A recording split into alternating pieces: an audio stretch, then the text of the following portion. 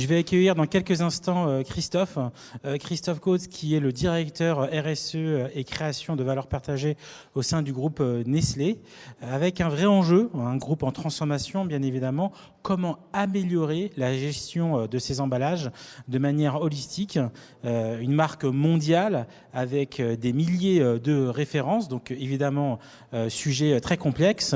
Christophe, vous êtes avec nous ? Je vous entends très bien. Et vous, est-ce que vous m'entendez? Parfaitement. Voilà, the floor is yours. Bonne intervention. À tout de suite. Merci et bonjour à tous. Et je vous promets que j'aurais adoré être avec vous en présentiel, comme je pense la plupart des autres intervenants, pour sentir aussi l'énergie, le côté très positif qui se dégage de toutes ces interventions. Alors, oui, moi, je vais vous toucher un mot sur la manière dont le groupe Nestlé voit l'amélioration de ses emballages, mais pas par le petit bout de la lorgnette, mais d'une manière globale, d'une manière holistique, comme l'indique le titre que j'ai choisi. Et puis alors, rassurez-vous, surtout en 10 minutes, l'idée, c'est absolument pas de vous faire un cours ou la promotion de ce que l'on fait de bien ou de pas bien d'ailleurs, mais plutôt de partager. Vous voyez, c'est un moment de partage, notre philosophie. Mais pour commencer, je vais vous poser une question, histoire d'animer également cette intervention. Et pour ça, je vais avoir besoin de deux produits. Vous le reconnaissez sûrement, ce sont des tablettes de chocolat. Ça, c'est mon côté gourmand et le petit clin d'œil à la période de Noël qui approche. Ce sont deux produits qui sont évidemment emballés, donc il y a des emballages. Ils ont l'air totalement identiques.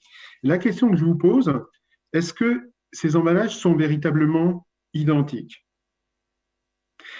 Eh bien, en fait, ça dépend. Ça dépend. Il y en a peut-être un qui est beaucoup plus responsable, beaucoup plus durable que l'autre. Et c'est en tout cas le pari que l'on fait aujourd'hui, de les transformer de manière à ce que, même si quelque part ils peuvent se ressembler, ils soient passés en fait par trois étapes, trois phases que je vais vous détailler, qui sont parfaitement distinctes, mais complémentaires. Peut-être que, effectivement, celui-ci qui est, alors, disons que c'est celui qui sera le plus avancé, sera fait dans un matériau totalement innovant, qui n'existe peut-être pas encore aujourd'hui. Ensuite, cet emballage, éventuellement, il aura été parfaitement recyclé alors que le précédent ne l'aura pas été. Ou bien, il aura disparu totalement et il aura fait place à un système alternatif. Enfin, il aura probablement, je m'y attarderai un petit peu, il aura fait l'objet d'une véritable prise de conscience de la part des consommateurs sur la manière de faire vivre la fin de vie justement de cet emballage, la fin de vie de ce produit. C'est ce que je m'apprête donc à détailler avec vous. Par contre, avant de rentrer plus dans le détail, il ne faut pas oublier l'enjeu principal, et je n'oublie pas que je suis là pour vous parler des déchets, vous parler des emballages, qui est en fait l'ambition que nous partageons tous de limiter au maximum les effets du changement climatique. Le groupe Nestlé s'est engagé en septembre 2019 d'une façon extrêmement volontariste dans le zéro net émission à 2050, dans sa forme la plus rigoureuse, on va dire, de l'accord de Paris. Et évidemment, vous voyez les quatre blocs, les quatre images qui sont devant vous, évidemment que les emballages font partie de cette feuille de route, de manière à ce qu'on ne le considère évidemment plus comme des déchets, mais évidemment comme des ressources.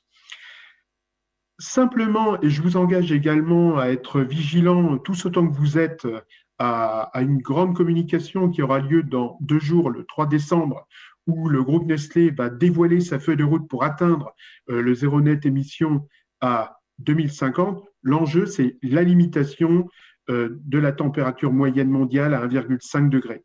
2050, c'est loin. Nous avons également, vous verrez, des milestones, comme on dit, à plus courte échéance, et notamment une réduction nette de nos émissions à 2030. Et croyez-moi, c'est extrêmement compliqué pour un groupe de la taille de Nestlé. Et les actions clés pour lutter contre ce changement climatique. Et je commence par la partie qui est en bas à droite, c'est la décarbonation, bien évidemment, de toutes nos opérations, que ce soit dans les usines au moment de la transformation, que ce soit au niveau de la logistique, tout le monde voit exactement de quoi je veux parler. Il s'agit aussi d'agir au sein de la chaîne d'approvisionnement, au niveau de nos matières premières. Dans une industrie agroalimentaire, les matières premières pèsent extrêmement lourd dans l'empreinte carbone. Et si je vous dis que, par exemple, pour Nestlé France, les matières premières pèsent pour les 2/3 de l'empreinte carbone globale de notre groupe. Et enfin, évidemment, et là maintenant je vais me focaliser sur les emballages, la transformation des emballages est absolument clé pour atteindre ce zéro net émission.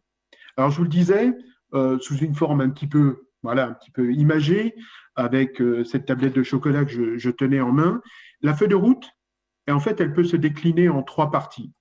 La première, c'est le développement de l'emballage du futur, l'emballage de demain. Qu'est-ce que c'est? Qu'est-ce que ça veut dire? Comment un groupe de la taille de Nestlé s'y prend pour atteindre cet objectif? Le deuxième objectif, qui est évidemment complémentaire, c'est comment on façonne le futur sans déchets. Comment on fait pour que à moyen long terme, il n'y ait pas de déchets. Qu'est-ce que ça veut dire concrètement? Qu'est-ce qu'il y a là derrière? Qu'est-ce qu'on peut faire? Et enfin, le troisième point qui est peut-être un peu moins dans le hard, dans le façon de faire, mais qui nous demande aussi d'être beaucoup plus ouvert à la fois aux consommateurs, mais également à beaucoup d'autres parties prenantes, c'est l'évolution des comportements des consommateurs, du grand public, et aussi de la compréhension qu'ont nos concitoyens de ce qu'est un emballage, de ce qu'est entre guillemets, aujourd'hui considéré comme un déchet. Considérant le développement de l'emballage du futur, en fait, là encore une fois, et voyez, c'est vraiment quelque chose de très, on va dire, de très simpliste que je vous montre, ça passe chez nous par la connaissance. La connaissance, parce qu'on ne peut pas avoir la prétention, autant que nous sommes, même si nous sommes un grand groupe, de tout savoir, de maîtriser qu'est-ce que c'est que le pacte. Nous avons besoin d'agréger de la connaissance, des chercheurs, de travailler avec des startups, et c'est pour ça qu'il y a 2 ans, Nestlé a créé l'Institut du packaging qui se trouve en Suisse pour réfléchir à tout ça et qui regroupe près d'une centaine de collaborateurs.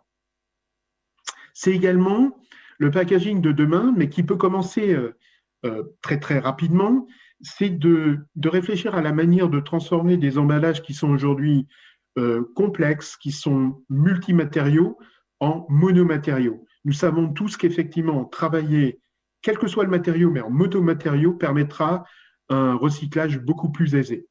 Ce qui n'empêche pas, c'est ce que nous appelons les règles d'or, les Golden Rules, de travailler déjà aujourd'hui à notamment l'élimination de certains produits dont nous ne voulons plus, qui sont extrêmement difficiles à être recyclés. Et par exemple, vous ne trouverez plus au sein de la galaxie Nestlé, dans ces produits, ces emballages, par exemple du polystyrène. Nous l'avons totalement banni de notre univers quelque part.